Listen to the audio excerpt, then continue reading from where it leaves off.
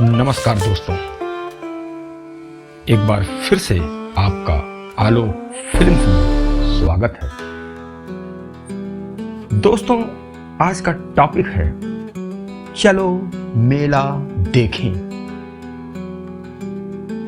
जी हाँ दोस्तों, चलो मेला देखें। तो आइए मेरे साथ, मैं आपको एक मेले की सफर पे ले चलता हूं, जहां आप मेरे साथ साथ एक मेले को रूबरू करेंगे।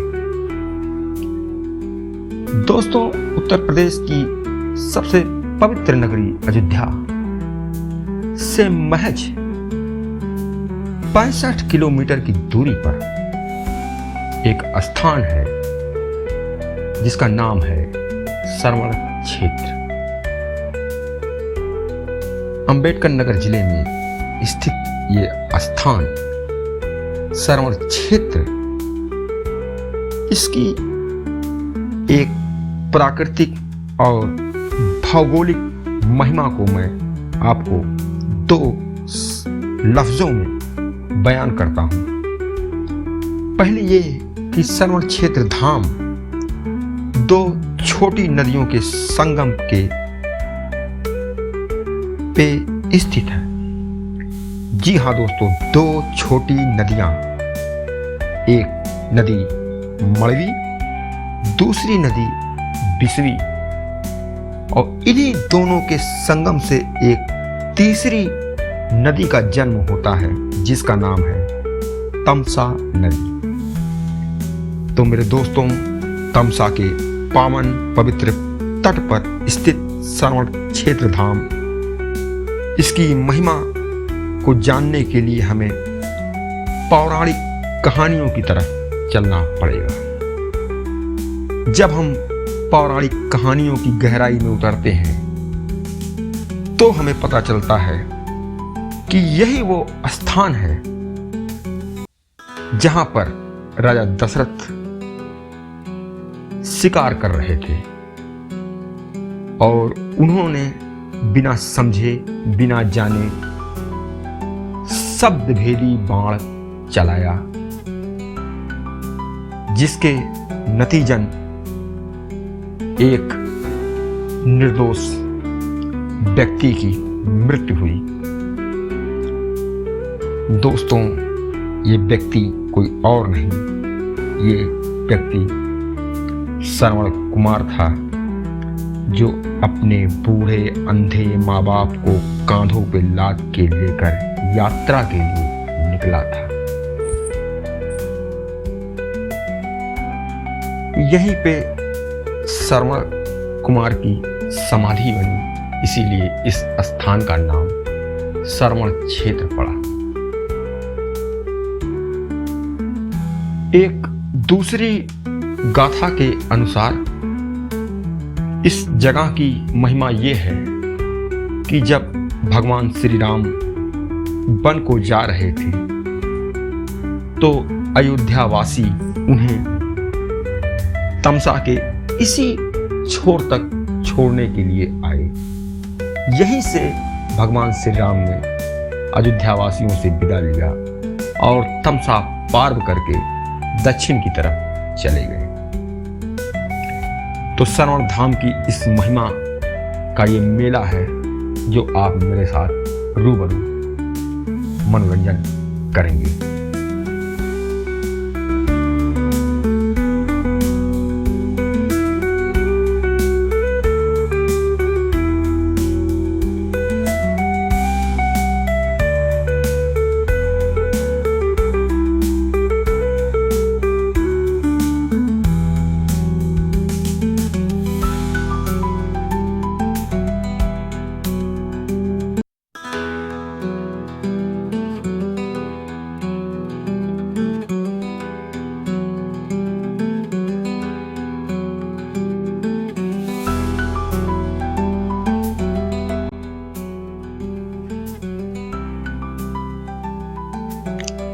दोस्तों, अगहन की पूर्णिमा यानी कड़ाके की सर्दी की रात। दोस्तों, कड़ाके की इसी सर्दी रात से इस मेले का आगाज होता है, जो तकरीबन 7 दिनों तक चलता है। सर्दी के बीचों बीच से शुरू होने वाले इस मेले की महत्ता ये है कि एक तो अगहन का महीना जो लगन का महीना होता है, लोग शादी ब्याह से निपटकर फुर्सत के क्षण में आते हैं, और दूसरा ये कि किसान अपने खेतों से थोड़ा राहत उनको रहती है, क्योंकि फसल जो है बड़े हो चुके होते हैं। तो मेले की शुरुआत में ही इर्द गिर्द के क्षेत्र के चारों तरफ के लोग हजारों की तादाद में इस मेले में शिरकत करते हैं। मेले में शिरकत करने वालों में सबसे बड़ी तादाद जो होती है वो औरतों की होती है और बच्चों की होती है। औरतों और बच्चों के इस भीड़ में हमको देखने को मिलता है एक नर नारी का समूह जो सुंदर सुंदर वस्त्र पहनकर मेले में आते हैं। इसमें आपको एक से एक खूबसूरत औरतें और प्यारे प्यारे बच्चे इस मेले की रौनक बन जाते हैं।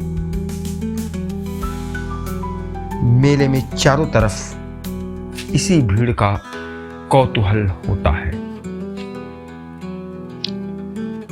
मेले में दूर से बच्चों की उठने वाली किलकारियां, उनके चीखने चिल्लाने की आवाजें और औरतों की जाने वाली आपस की बातों के आवाजों से मेला शोरमय होता है।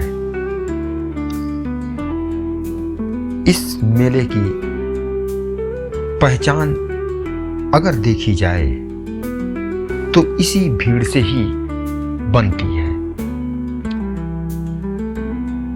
मेले में भीड़ आती है और पूरे मेले का भ्रमण करती है, मंदिरों में दर्शन करती है, दुकानों पर खरीदारी करती है और सर्कस, झूले इत्यादि का मजा लेती है। इसी से मेले की रौनक बनी रहती है। 7 दिन तक चलने वाले इस मेले में भीड़ की कोई कमी नहीं होती है। आप ये सोच नहीं सकते कि आज इतनी भीड़ है तो कल इससे ज्यादा भी हो सकती है। ये मेला क्षेत्र पूरे अम्बेडकर नगर जिले और उसके बाहर के सटे जिलों की आबादी के लोग इस मेले में शिरकत करते हैं और मेले में रौनक डालते हैं।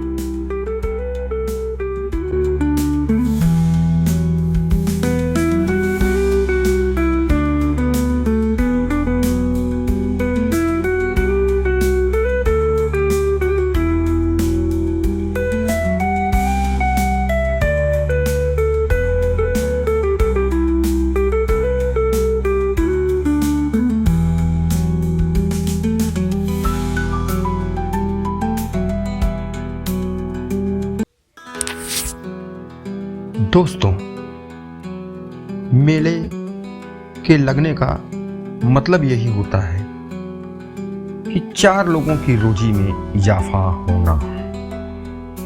जी हाँ दोस्तों, कहीं पर भी मेला लगता है तो वहाँ पर इर्द गिर्द से लोग अपने कारोबार को लेकर पहुँच जाते हैं, जिसमें वो सबसे ज़्यादा मेले में बेचे जाने वाली चीज़ें जो होती हैं वो औरतें और बच्चों के लिए होती है।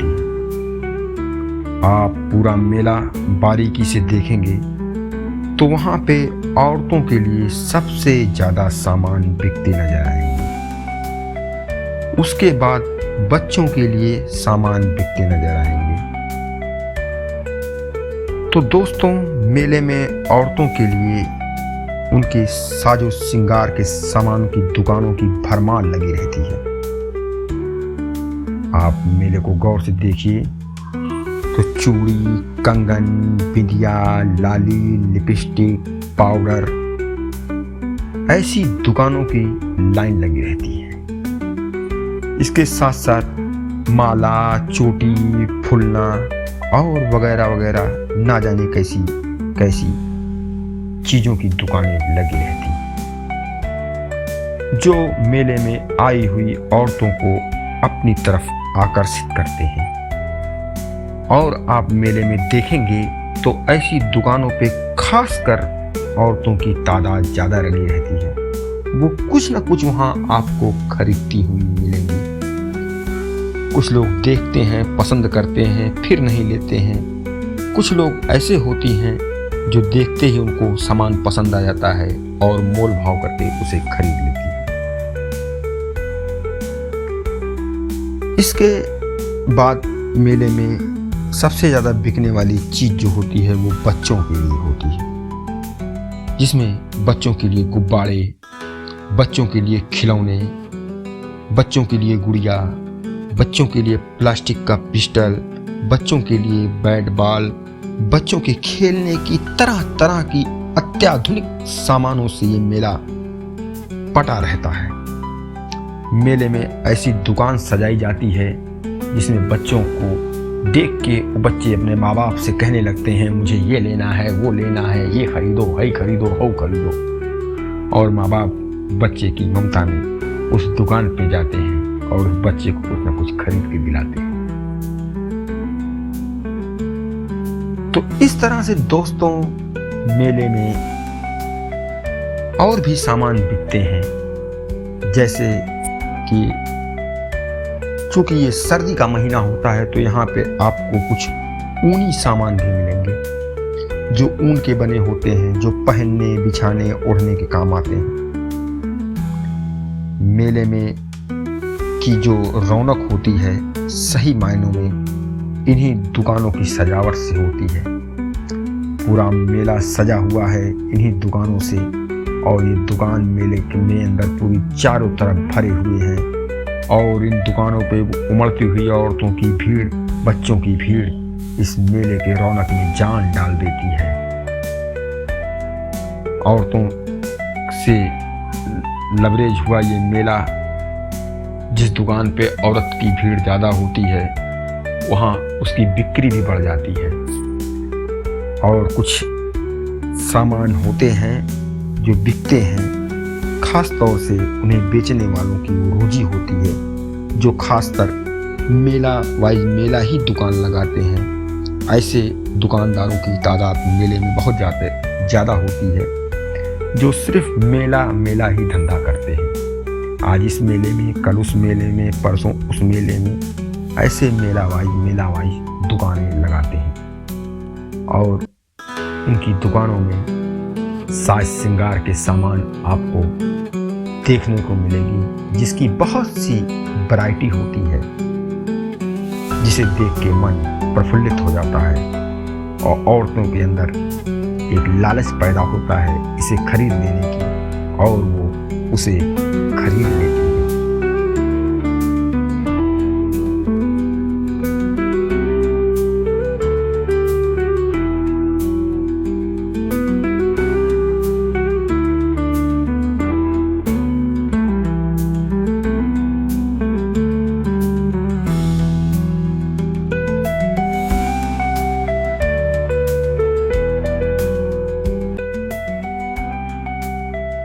दोस्तों, मेला घूमना ही पर्याप्त नहीं होता है। मेले में टहलते रहना ही काफी नहीं है। मेले में के घूमने का मजा दोगुना तब हो जाता है जब मेले में खाने को कुछ मिल जाए। तो बात इस मेले में खाने की जा रही है, तो इस मेले की जो पारंपरिक चीज है वो है गुड़ की बनी जलेबियां। आप इस मेले को घूमते रहिए और घूमते घूमते आप देखेंगे कि मेले के किनारे आपको कोई न कोई दुकान ऐसी मिल जाएगी जहां पर गुड़ की जलेबी छानी जा रही है। और उस गुड़ की जलेबी को देख के आपके मन में उसे खा लेने की एक इच्छा पैदा होगी। गुड़ की जलेबी का स्वाद ये होता है कि जिसे मैं बयां नहीं कर सकता, लेकिन आप खाएंगे तो फिर आपको बताने की जरूरत नहीं पड़ेगी। इस मेले का ये पारंपरिक मिठाई है जो गुड़ की जलेबी होती है। ये जलेबी आम जलेबी होती है, लेकिन इसे चीनी की सीड़े के बजाय गुड़ के सीड़े में डालकर इसे रसमय किया जाता है। और जब ये गरम गरम छन के गुड़ के रस से निकलती है तो इसका काला रंग देखकर आय है तबीयत तीस हो जाती है। और खाने में बात की जाए तो मेले का सबसे बेहतरीन स्वाद जो होता है, जो खासकर औरतों को ज़्यादा पसंद होता है, वो है मेले में बिकने वाला चाट। आलू और मटर को कूट कूट के, टमाटर कूट कूट के, मिर्चा धनिया काट के उसमें मिला के जो चाट बना के पत्ते में परोसा जाता है, औरतें और बच्चे उसे बड़े चाव से खाते हैं।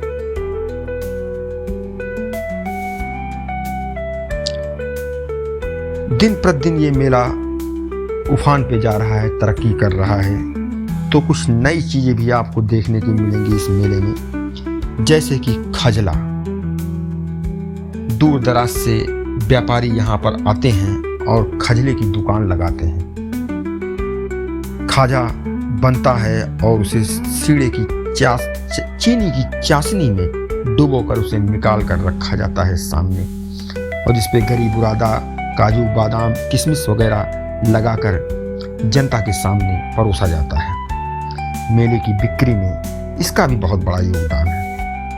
और आप मेले में देखते रहिए तो आपको मेले के अंदर चाउमीन की दुकान, आइसक्रीम की दुकान, कहीं कुछ पीने की दुकान, चाय की दुकान, समोसे की दुकान, चाट की दुकान, ऐसे तमाम दुकान मिलेंगे जहां पर मेलार्थी जाकर अपने पेट को भरते हैं और सामान खरीद के, मिठाई वगैरह खरीद के अपने घरों के लिए ले जाते हैं।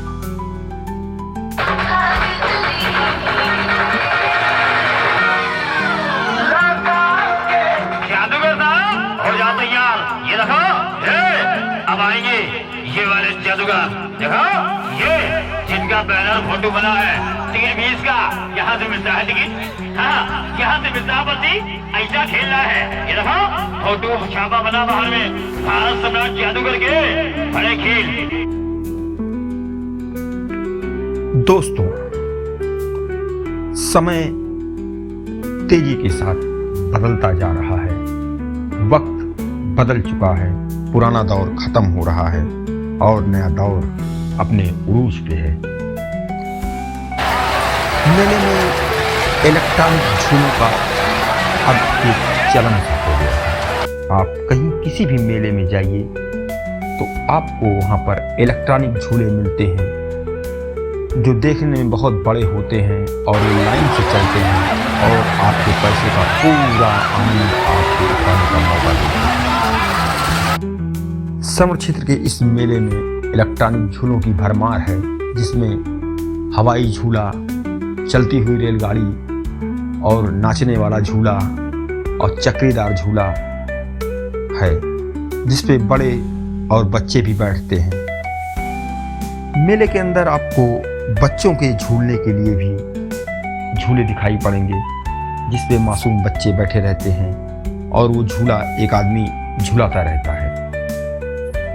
लेकिन अगर बड़े झूले की बात की जाए तो उस पे केवल वयस्क बैठते हैं, क्योंकि वो बहुत ऊंचाई तक लेके जाता है, तो बच्चों के लिए उस पे मनाही है। और इस झूले का आनंद लेना एक अलग अनुभूति पैदा करता है। और आप मेले में देखेंगे खास तौर से महिलाएं और लड़कियां झूले का बहुत ज़्यादा शौक रखती हैं और इन्हीं की तादाद ही झूलों पे आपको दिखाई पड़ेगी। अब तो इलेक्ट्रॉनिक रेलगाड़ी जब से चलने लगी है मेले में, तब से इस पे बड़े लोग भी बैठते हैं। नहीं, किसी समय में हाथ से चलने वाले झूलों पे केवल बच्चों के लिए ही व्यवस्था होती है, लेकिन चूंकि ये झूले इलेक्ट्रॉनिक हैं और बिजली से चल रहे हैं, तो इस पे बड़े लोग भी बैठते हैं और झूले बनाए भी इसी तरह के जाते हैं कि ताकि ज़्यादा से ज़्यादा लोगों को एक ही बार में झुलाया जाए और अच्छा पैसा कमाया जाए।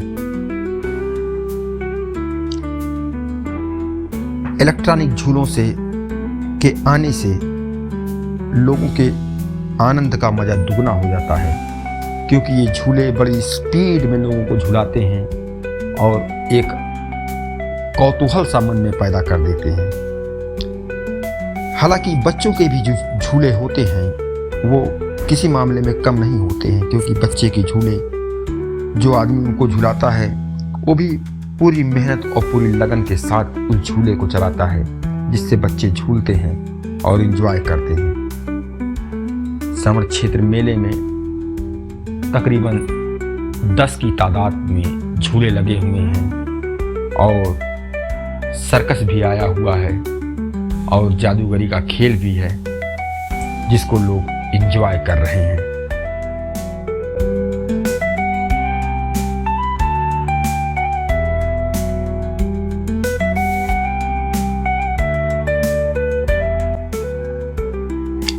दोस्तों,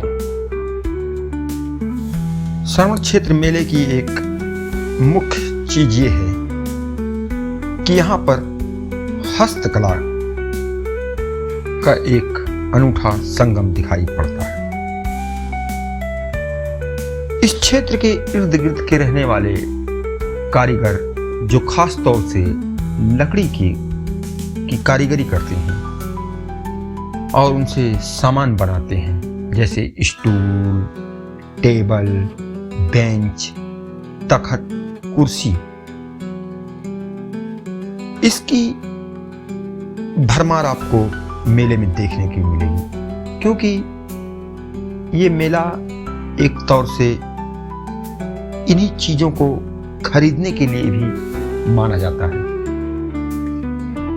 मेला खत्म हो जाता है, लेकिन फिर भी हस्तकला से बनाए हुए इन सामानों को बेचने वाली दुकानें इस मेले में जमी रहती हैं। उनका मानना ये है कि मेले के उपरांत ही लोग इन बड़ी चीजों की खरीदारी करते हैं।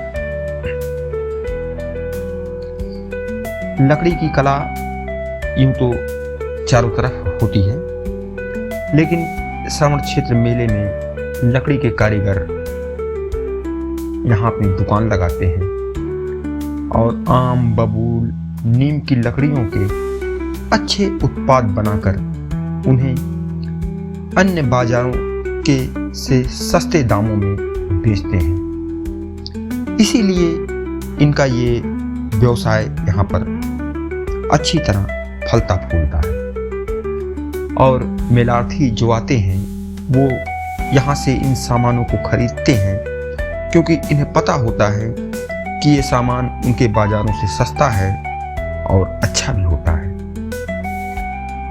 मेले के अंदर लोहे के भी सामान मिलते हैं, जैसे फावड़ा, कुदाली, हंसिया, चाकू, इनके भी कारीगर यहाँ पे आते हैं और बनाते हैं। खास तौर से इस मेले में बढ़ई और लोहार, इन कारीगरों के द्वारा बनाए गए सामान आपको खासी तादाद में देखने को मिलेगी और उनको खरीदारी करते हुए आपको व्यक्ति भी दिखाई पड़ेंगे। तो हस्तकला की नज़र में देखी जाए तो इस मेले में लकड़ी के और लोहे के सामान जो कारीगर अपने हाथ से बनाते हैं उनकी बिक्री करते हैं और उनकी दुकानें भी सजा के रखते हैं।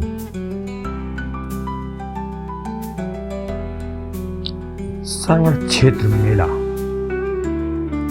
यादों में बसा हुआ एक मेला। जब मैं बचपन में यहाँ आता था तो यहाँ ठीक से रास्ता तक नहीं था। चारों तरफ मट्टी के उबड़ खाबड़ रास्ते थे और इसी श्रवण क्षेत्र बाजार में गिनी चुनी 2-3 दुकानें हुआ करती थी और तमसा नदी पूरी तरह से एक जंगल में घिरा हुआ था। लेकिन समय बदला और प्रशासन और शासन द्वारा विकास के कार्यों की तेजी हुई, जिसके एवज में हम देख रहे हैं कि जिला मुख्यालय से ही पक्की सड़क सीधे आपको श्रवण क्षेत्र तक ले आएगी। 2 रास्ते इधर से आते हैं, एक रास्ता सुल्तानपुर रोड से फतेहपुर होके आता है, दूसरा रास्ता फैजाबाद रोड से कटहरी अन्नावा होके यहाँ तक आता है, और दोनों ही पक्के रास्ते बन गए। हमारे बचपन में यहाँ पर मढ़वी और बिसवी पर कच्चे पुल हुआ करते थे, जिनकी अब केवल निशानियां ही बची हैं, और यहाँ पे पक्का पुल बन गया है। आज हम श्रवण क्षेत्र बाजार को देखते हैं तो ये बाजार पूरी तरह से विकसित हो चुका है।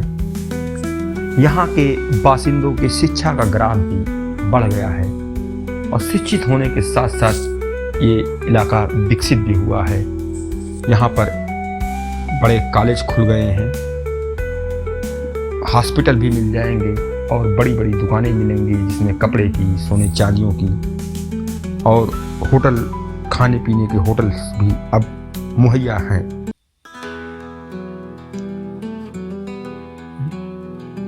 बाजार श्रवण क्षेत्र अब एक छोटा कस्बा न रह के एक छोटे नगर में तब्दील हो गया है, और ख़ास तौर से श्रवण धाम की वजह से इस बाजार की महिमा भी बढ़ती जा रही है, क्योंकि यहाँ 12 मास यात्रियों का आना जाना लगा रहता है, और शासन प्रशासन द्वारा यहाँ पर विकास कार्य भी कराए गए हैं, जिससे यहाँ पर लाइट पानी की भी अच्छी सुविधा हुई है। मेले में भी ये चीज़ देखने को मिली, जिसे देख के मन खुश हुआ। बहरहाल बचपन की यादें और आज का दिन दोनों में बहुत फर्क है। समय के साथ सब कुछ बदलता है, इसलिए यहाँ विकास हुआ और श्रवण क्षेत्र बाजार अब एक नए दौर में उभर के खड़ा हुआ है। दोस्तों, ये मेला हर साल लगता रहेगा, लोग आते रहेंगे, जाते रहेंगे। कुछ लोग इस वर्ष हैं, शायद अगली वर्ष ना रहें तो वो नहीं आएंगे, लेकिन ये प्रक्रिया चलती रहेगी और विकास इसी तरह से यहाँ पे होता रहेगा।